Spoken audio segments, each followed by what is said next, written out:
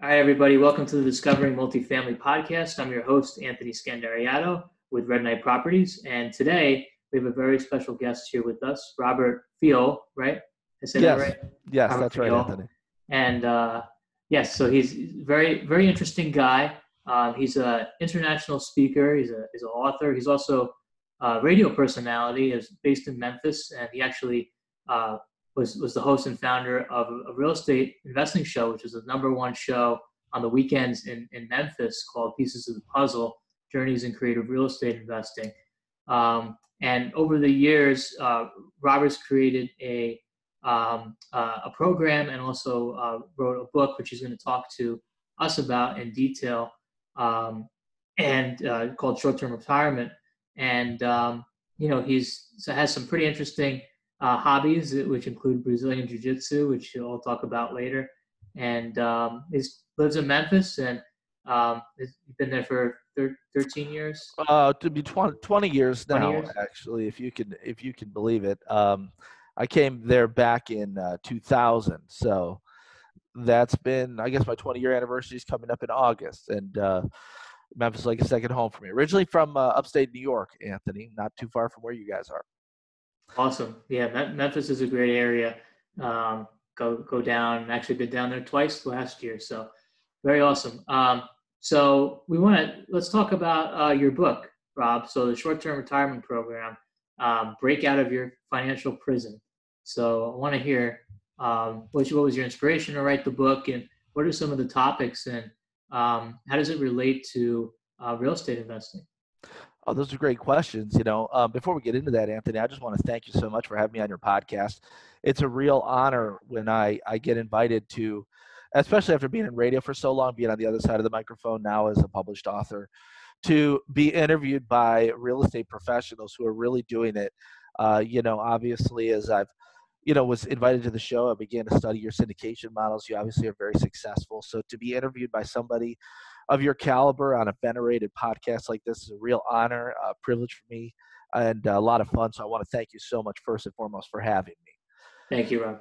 As far as the book goes, you and I know that there's a lot of, for lack of a better word, and not to be disparaging, fluff and puff out there.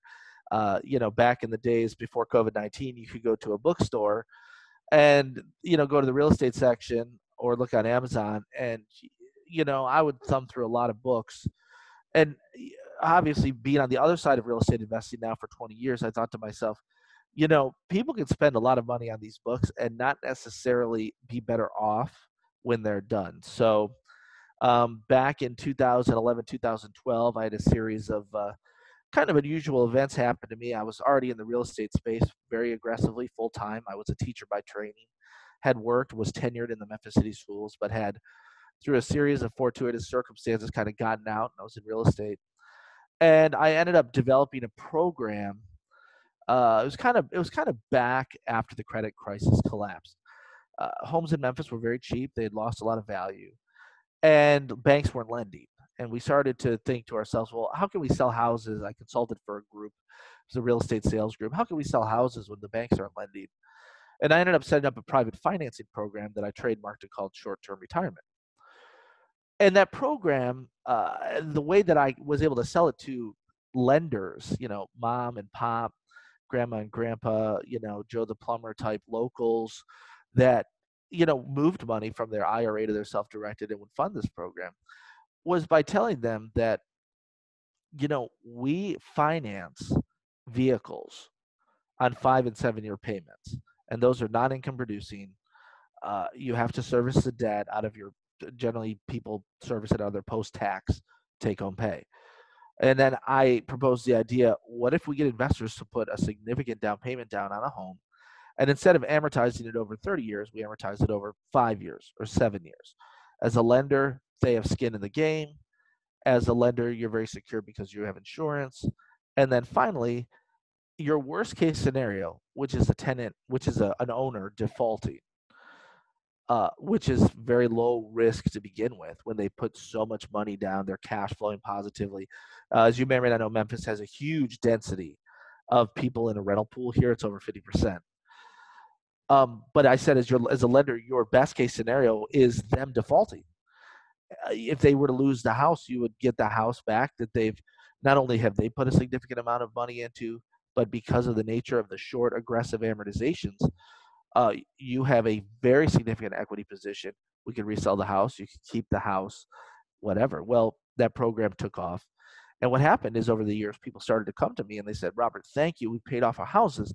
We have 5 houses paid off. We have 7 houses paid off. We have 10 houses paid off because of your program. And I started to compile that system along with some other real estate ideas and theories that have served me well as I purchased and sold over 2,000 single family, multifamily, and small commercial units in my career. And that became the short term retirement program. I designed it as I used the word compendium, a textbook for real estate, and tried to price it accordingly. That if you were to buy the book, hopefully you get a lot out of it. The calculators that I designed in Excel are available for free on my website, shorttermretirement.com. So you're able to access all of this. You don't need to spend $2,000, $3,000, $4,000 on a home study course. And my publisher was very mad at me because they wanted to split it into 3 books. But I was very defiant and adamant, which they didn't like. I said, let's keep it 1 book over 400 pages. And very, very pleased with how it turned out. And I believe that any investor really looking for some guidance there can find some great resources in the book. Awesome, Rob. Thank you for sharing that. I really appreciate it. So what are the topics that you talk about in your book, and what do you emphasize most? Obviously, you know, uh, credit card debt is a big one. Student loan debt. Right. You mentioned 30-year home mortgages and how you're able to fix that. And obviously, not as much reserves in cash for people generally in the U.S. because Mm-hmm. 76% of the country lives paycheck to paycheck, which is another problem. Yeah, So huge problem. yeah, so you're trying to help solve that. What are some of the other topics you suggest? For people who I would say, let's say they were drowning in debt and they got out of it, and now they're in a place to put their capital to work. Sure, sure. Well, the first thing that we try to do, and Anthony, when I was researching the book to try to find the statistics that were really kind of proved the point, I started on a quest. The quest was, why are so many people broke? You just mentioned 76% of Americans are living paycheck to paycheck, or what we call it, my brokerage, one hot water heater away from bankruptcy. And a lot of Americans, we all grow up, we're taught the same things: go to school, get a job, safe, secure job with benefits, get married, buy a house, get a low interest 30-year loan. And while that is considered the tried and true advice, the reality is, and I demonstrate in my book, that's very bad advice. If you think about how most Americans handle money, their biggest nest egg, so to speak, is their paycheck deducted IRA or 401k contribution, which goes to a massive third-party fund manager. I was a school teacher, so through the Tennessee teacher retirement system or the New York State teacher retirement system, where I also taught, it's the same thing. These monies go into huge funds. These funds give back very little yield to the investors. They pocket 95% of the profits. If they have losses, they still make money, and the investors shoulder the entirety of the losses. It's I don't want to say it's a scam, but it really is a scam, and a lot of people don't know that. So benchmark one is, and when I give seminars, we'll talk to people. We'll say, what is your biggest expense? I know Anthony will talk a little bit about where should people put their money. We get to that in a second, but and everybody universally raises their hand and they say, well, housing is my biggest payment, and that's true in a way. But what people don't realize is that that's actually their second biggest expense. And their first biggest expense is taxes. Now, the system is designed to shelter people from feeling the pain of taxes through payroll deduction, so that at the end of the year, people get a refund. For most people, that's their biggest numerical check that they'll receive on an annual basis, and they look forward to their tax refund. And what they don't realize is that they've given away half of their paycheck to get maybe 10% or 15% of it back, depending on what their tax brackets are. So starting with that, the financial aspect of it, you really can't become wealthy until you start to understand why you're living paycheck to paycheck, why you're broke. And as I talk about in the book, the system is rigged. It's rigged against the common working class American. So people have to begin to understand all the factors. Coming back to the basic, the American dream scenario we talked about. When you I mentioned this in the text. When you show me somebody who's gone to college, they've gotten $100,000+ in student loans. They go and take an entry level position at $50,000 to $70,000 a year. They're happy to get a job. Doesn't matter what the field. Doesn't matter how much upward mobility you have. Then they go and they have payroll deduction via a W-2, which is they're subject to the full shot of Social Security tax as well as federal withholding. And then so let's call that half their check. Now people want to argue with me in these moments. They'll say, well, you some people are in the 25% bracket. They don't give away 50% of their check. And it's like, actually, that's not true. When you add up the taxes at the pump, the sales tax that you pay on every item that you buy, the taxes, FCC surcharges on all of your internet phone bills, and you go on through it. People have an effective tax rate of 50%. In New Jersey, even New York, sometimes even higher, 55%. New York State having a huge tax, income tax for the citizens up there. So to summarize it, when somebody pledges a 30-year loan in that scenario, give away another 40%, I've shown mathematically over and over, I can almost predict their net worth. I can almost predict their financial statement, and do it to them within $10,000 based on asking them a few simple questions. And the reality is this, these things are designed to keep you in debt. People don't become savvy entrepreneurs like yourself unless they understand these factors and they get out of them. So that's step one. Does that make sense to you? I'm sure you've experienced that. You work with accredited and non-accredited investors. I'm sure you've had many investors come to you who aren't accredited, and you might say to them, "Look, these do hold risk. Our syndications are extremely low risk and offer the potential for high secure profitability, but you're just not ready." I'm sure you've experienced that with some of your Sure. clients or potential clients, and Absolutely. that's a hard conversation to have, right? Yeah. Because Yes. No, that's a great point, Rob. And some of, sometimes, like you said, that's step one you just talked about, that right. education process. And when, you eventually help people get to where they think they need to be, and they're not exactly there yet, and then they want to start saying investing in real estate, and they don't understand, what that takes yet, they're almost ahead of themselves. So baby steps, like you just mentioned, in order to get to that spot, I think is really important because, yeah, I have come across potential clients who have, wanted to invest in my company alongside me and my partners, and I just knew they just weren't ready. Hmm. And I knew that, and because real estate, you mentioned real estate, so real estate in general is a very illiquid investment. So Extremely. Yeah. you don't want to put your last dollar in a property because you might not see it for a few years Hmm. in terms of the actual return of capital. Yeah. If you're buying for cash flow, that's another story. But just make sure that you're not giving your last dollar away. I've seen that come up way more and more and more.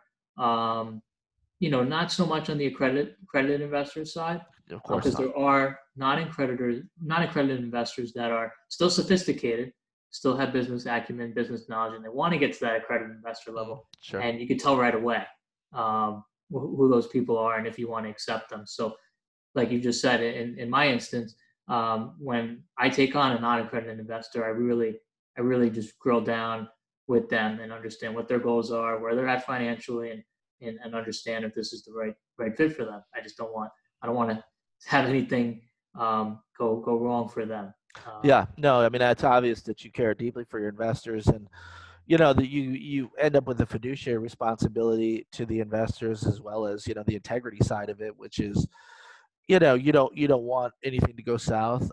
I thought on your website, when you talk about your syndication deals, you said there's three risks, right? The investment itself, the team, and what's the third one? Counterparty risk. Yep. I think you talk about there. So, you're very transparent about it. But that brings us to a really interesting topic about, where should people put their money? Well, let's talk about the equities markets. Okay, let's talk about something that MSNBC, CNBC, Bloomberg don't really talk about, is that the stock market is 100% a scam. It's totally rigged against you. Now I say that mentioning that I know people. I've had people on my radio program like Tim Sykes who have made millions in the stock market, but they admit that it's a scam. If you look at Tim Sykes, who's specializes in penny stock trading, he goes on these video rants, and I love it when he does it, talking about, he'll be like, here's the stock, ABC stock. He's like, they're pumping it right now, everybody get in, it'll go to 250, you can buy it at $1, make 150% on your money, then get out, it's going to be here for the next 2 days. And he's like, thank you manipulators, because you manipulate these stocks, small guys like us can make money. And he's so transparent about pointing out the fact that the equities market on so many levels it's an old boys club, and it's really run by the big money that doesn't care about you. um it's, and I talk deeply about this in the book, because what I say to, well, through our radio presence for 10 years in Memphis as the #1 weekend talk show, we talked about this a lot. If your retirement plan is to have your check taxed at a 50% tax rate, and then give the maximum allowable deduction to an IRA that goes, or a 401k that goes to a third party, like a Vanguard fund, for example. And I'm not saying there's anything wrong with Vanguard. It's just a large fund, large series of funds, financial instruments. If that's your retirement plan, that's a bad plan. Um, we talk about how the Motley Fool, which is a stock trading website, talks about how you need to have millions of dollars to draw a $5,000 monthly pension at age 65, assuming that they're returning 8%. Well, none of these funds return 8% to begin with. They might do it in 1 year, but the blended returns are down to 2 to 3. So I start out by telling people, look, plowing your money blindly into equities it's a bad deal. All right, you don't have any tax advantages. You don't have any really resources, and the Federal Reserve, who, I show why over and over again in the book. The Federal Reserve really is not a friend of the American worker. Have said that they're going to continue to deflate the dollar. I should say inflate the dollar at a rate of 2% minimally a year, which means 50 years from now, the dollar's worth nothing. Right. And you see that when your grandparents talk about buying a gallon of milk for 10 cents back in the 50s, and now it's $5.99 or $8.99 if you want organic. People are better off going to real estate professionals like you, where you have a transparent, proven record, you've got a fiduciary responsibility, and taking their $100,000 and putting it in a syndication. Why is it good? Well, first of all, you have tangible assets, right? Their money is put into tangible assets that I'm assuming, based on our conversations and knowing how savvy you are, Anthony, you're buying undervalued assets, right? And then improving them. We try. So, yep. Yeah, right. So they're getting the upside of appreciation. They've got an equity position. They're able to reap the benefits of owning the real estate as a fractional investor if they have a CPA who understands how to do that. And then, of course, coming into that is the advantage of the Trump tax laws, which are very beneficial.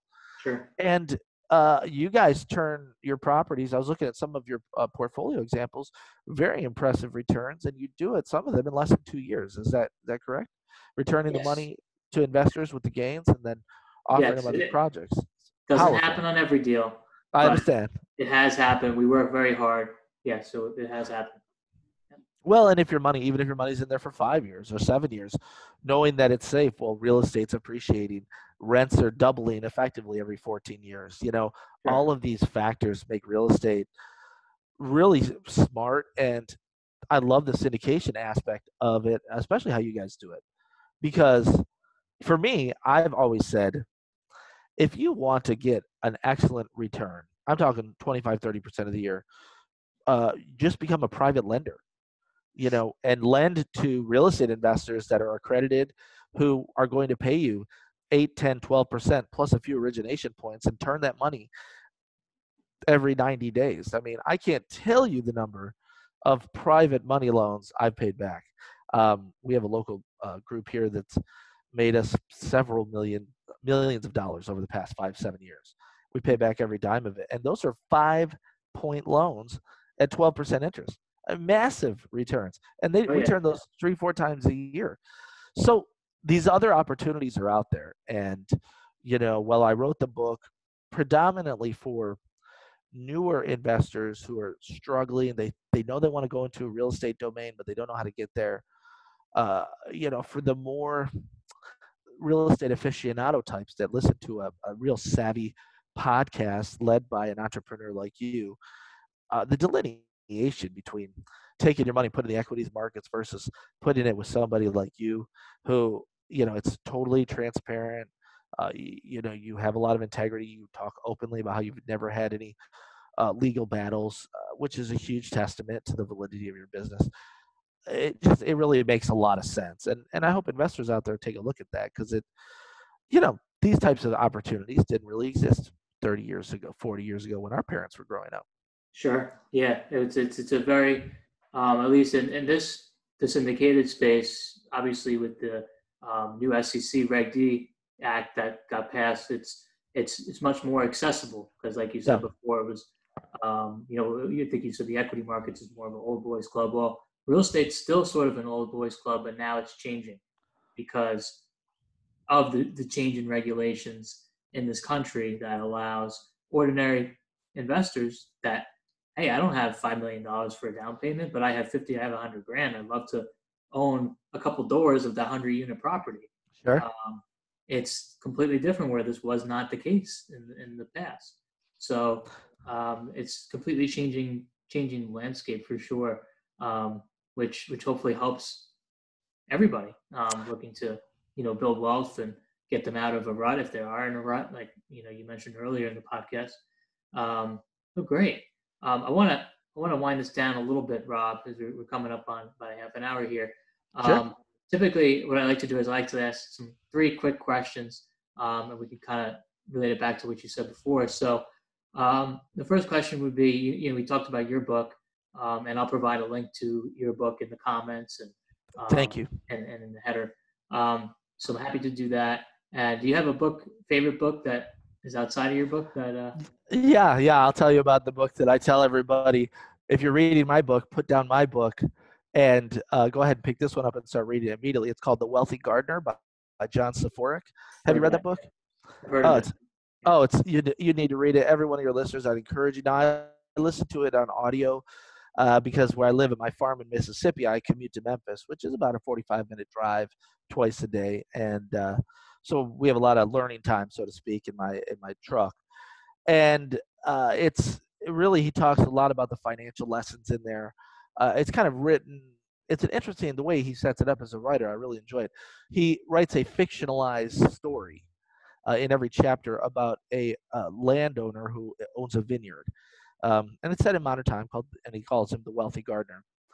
And then the other half of each chapter is whatever lesson was told through the fictitious tale, and the tale goes on through like 30 chapters. It's an extensive book.